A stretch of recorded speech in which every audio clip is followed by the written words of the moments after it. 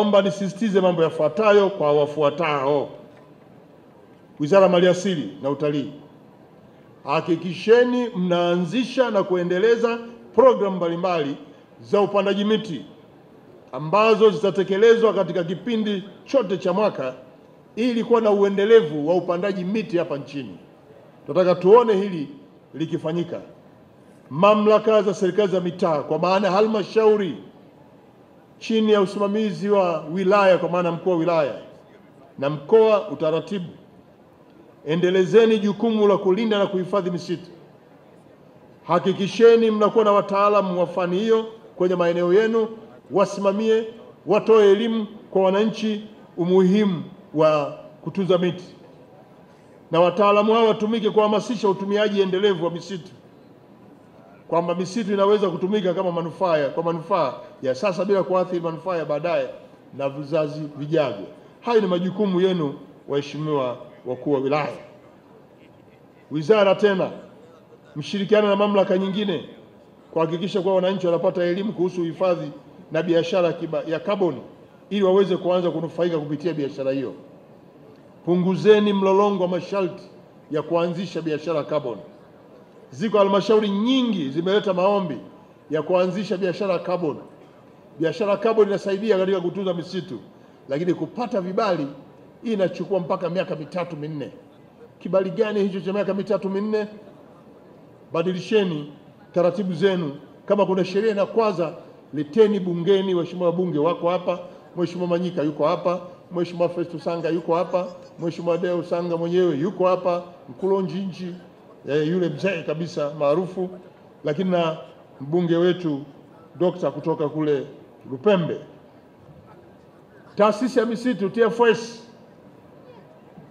wekeni mipango thabiti ya kukabiliana na changamoto ya uchomaji moto misitu. Na kwa kuwa nyie mna mameneja wa misitu kwenye maeneo yote, wahakikishe kuwa kila siku wanaitembelea misitu yetu, lakini kushirikiana na majirani ili waweze kupata elimu na unge mkono kwenye ulinzi. 5, taasisi za utafiti, hakikisheni mnaendelea kufanya utafiti ambazo zinazitoa majibu na changamoto zinazokabili sekta ya misitu ili kupata mwelekeo wa kusimamia jambo hili.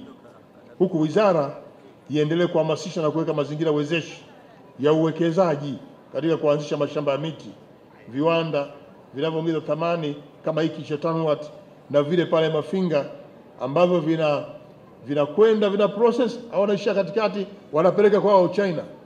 Kumbe kule wanaenda kutengeneza viti kama hivi, alafu wanatuuzia huku sisi kiti kimoja $500,000. Tukiwa tumepeleka hizo mali wamenunua kwa bei ndogo, alafu wanapata bei gharama kubwa. Kwa hiyo hawa lazima tuwake ukomo wa uvunaji na uchakataji.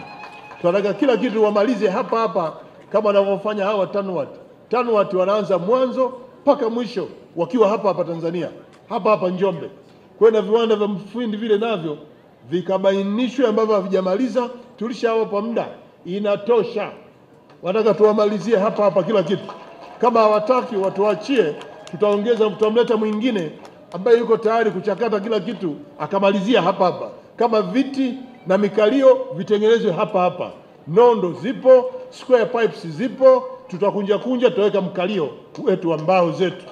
Kwa hiyo hili tutalifanya wenyewe. Lakini mwisho tuimarishe ushirikiano wa wadau mbalimbali. Nimefurahi kusikia kwamba mmewaita wadau wako hapa na wao wameshiriki kwenye maandalizi, wameshiriki kuweka mabanda maonesho na wanatoa elimu wakati wote, na kwenye maeneo yao ya kazi wanafanya kazi nzuri ya uhifadhi wa mazingira na misitu yetu, na program mbalimbali tulizonazo na wao wanazitekeleza. Hili ni jambo muhimu na tunahitaji kuona vikiwa endelevu. Lakini kwa viongozi wa vijiji na kata washirikishwe hawa katika mipango yote ya mikakati ya utunzaji wa mazingira ndani ya halmashauri yao, ikiwemo na kudhibiti vitendo vya kuchoma moto ovyo. Yako makabila yana utamaduni wa kuchoma moto, alafu kumbe ukienda mbali sana anasema ataishi miaka mingi. Moto akiwasha hapo ukizima anaanza kupata mashaka, anasema nitaishi mwaka mmoja. Kwa hiyo wanashindana kutaka kujua ataishi miaka mingapi kwa kuchoma misitu. Hiyo haikubaliki. na kwa hiyo elimu iendelee. Ndugu wageni waalikwa, sote tunafahamu kwamba Mheshimiwa Dr. Samia Suluhu Hassan, Rais wa Jamhuri ya Muungano wa Tanzania, amekuwa kinara katika kuhamasisha matumizi mazuri ya nishati safi yenye lengo ya mkakati wa kulinda afya na utunzaji wa mazingira. Hakika rais wetu amepata umaarufu mkubwa duniani. Tumeona watu wengi wakija hapa kuja kujifunza, na sisi tunaendelea kujifunza.